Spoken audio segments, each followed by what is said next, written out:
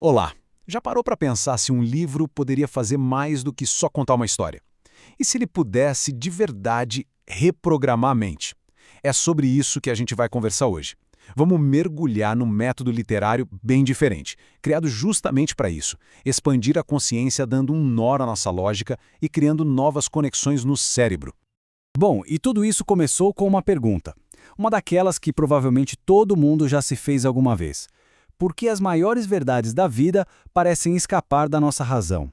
Sabe, é como se a lógica sozinha não desse conta de explicar o todo.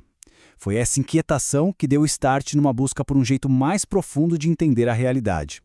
E a primeira grande sacada foi perceber que a nossa própria mente racional, essa que a gente usa para tudo no dia a dia, funciona como um filtro. Ela é excelente para organizar o mundo, para colocar as coisas em caixinhas de forma lógica, sequencial, mas tem um problema. Fazendo isso, ela acaba limitando a nossa visão, impedindo a gente de enxergar a imagem completa, sabe?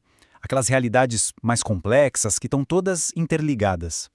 Olha, essa comparação aqui ajuda muito a entender. De um lado, a gente tem o pensamento linear, cartesiano, lógico, perfeito para resolver um problema atrás do outro. Do outro lado, existe uma compreensão profunda, que é mais abstrata, mais intuitiva. Ficou claro que para chegar nesse outro nível de entendimento, era preciso achar um caminho que fosse além dessa linha reta do pensamento de sempre.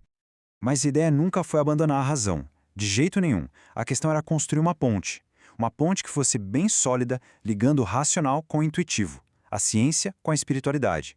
E foi aí que começou uma busca por ferramentas em várias áreas do conhecimento para conseguir construir essa conexão. E que ferramentas foram essas, né? Dá uma olhada na base disso tudo, é muito rica. Bebe lá na neurociência, que mostra que nosso cérebro pode sim criar novos caminhos, vai na física quântica, que fala sobre como tudo no universo está conectado, e mergulha fundo nos arquétipos de Jung, na reprogramação do subconsciente e em várias filosofias. É uma verdadeira fusão de saberes. E dessa mistura toda, dessa síntese superpoderosa, nasceu a solução. O método literário totalmente novo chamado literatura quântica. E aqui, atenção, a gente não está falando só de um gênero literário diferente, é um paradigma novo mesmo. Uma forma radicalmente diferente de usar uma história como ferramenta de transformação pessoal. Tá, mas afinal, o que é essa tal de literatura quântica? Pensa assim, é um método que usa textos construídos de propósito para dar um bug na nossa lógica. Ele apresenta paradoxos, metáforas que a mente racional simplesmente não consegue resolver de forma linear. E aí, ela força o cérebro a procurar outros caminhos, a criar novas sinapses. É nesse espaço que a mágica acontece, que a percepção se expande. E como é que quem lê sente isso na prática?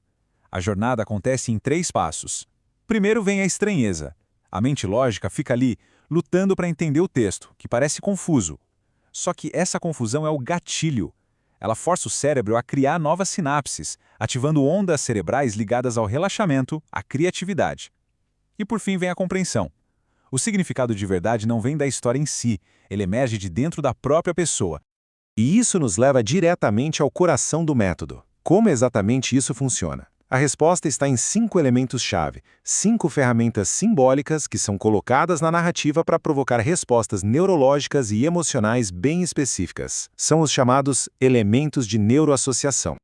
Então, vamos conhecer agora quais são essas 5 chaves pensadas justamente para destravar a nossa percepção.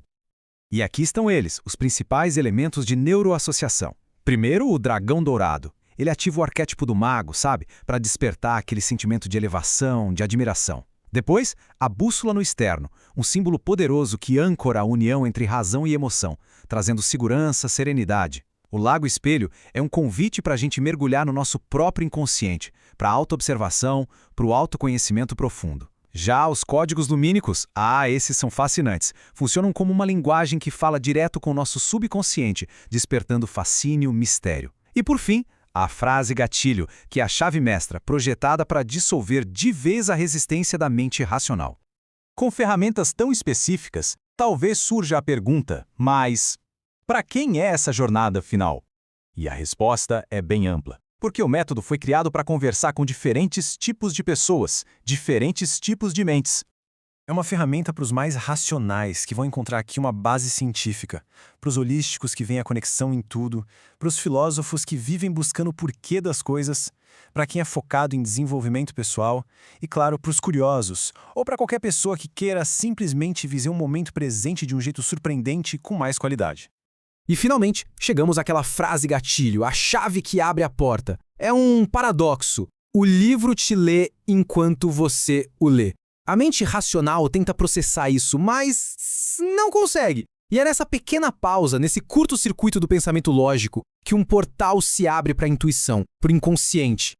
No final das contas, a missão por trás de toda essa engenharia literária é, ao mesmo tempo, simples e muito profunda: inspirar cada pessoa a se lembrar do seu próprio poder interior.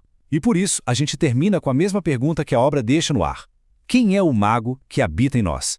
Aquele que, quando desperto, é capaz de criar a própria realidade? A resposta, talvez, não esteja na razão,